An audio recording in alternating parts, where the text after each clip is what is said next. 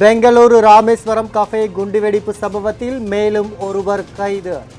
பல மாநிலங்களில் நடைபெற்ற என்ஐஏ சோதனையில் நடவடிக்கை.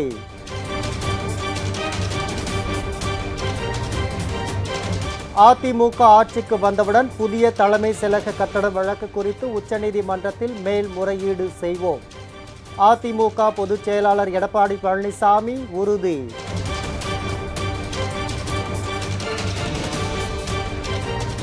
அதிமுக வலுவாக இருந்திருந்தால் அண்ணாமலை இருக்கும் இடம் தெரியாமல் போயிருக்கும். திருமாவளவன் கருத்து.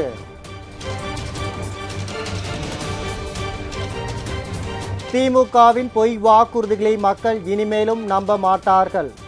காஞ்சிபுரம் பிரச்சாரத்தில் ஜி.கே. வாசன் பேச்சு.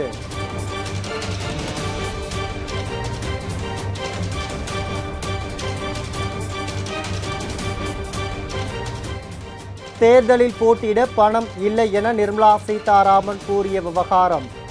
தமிழரசியும் எல். முருகனும் அதிக பணம் வைத்திருக்கிறார்களா என காங்கிரஸ் கேள்வி.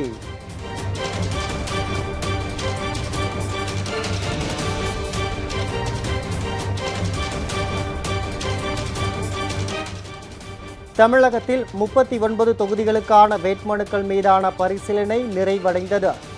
அனைத்து அரசியல் கட்சி வேட்பாளர்களின் மனுக்களும் ஏற்பு.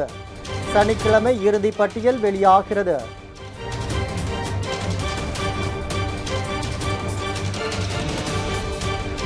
அண்ணாமலையின் வேட்புமனுவை ஏற்றதற்கு பிற கட்சி வேட்பாளர்கள் கடும் எதிர்ப்பு.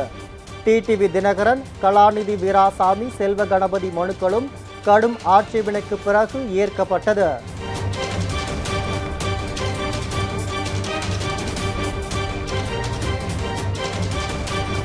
நாடாளுமன்ற தேர்தலில் மிருக பலத்துடன் பிஜேபி வெற்றி பெற்றுவிட்டால் அரசியல் சட்டம் RSS சட்டமாக மாற்றப்படும். முன்னாள் மத்திய நிதியமைச்சர் ப. சிதம்பரம் பேச்சு.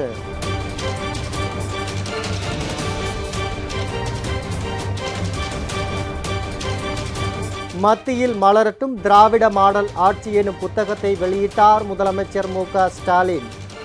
50க்கும் மேற்பட்ட அமைப்பினர் நேரில் சந்தித்து ஆதரவு.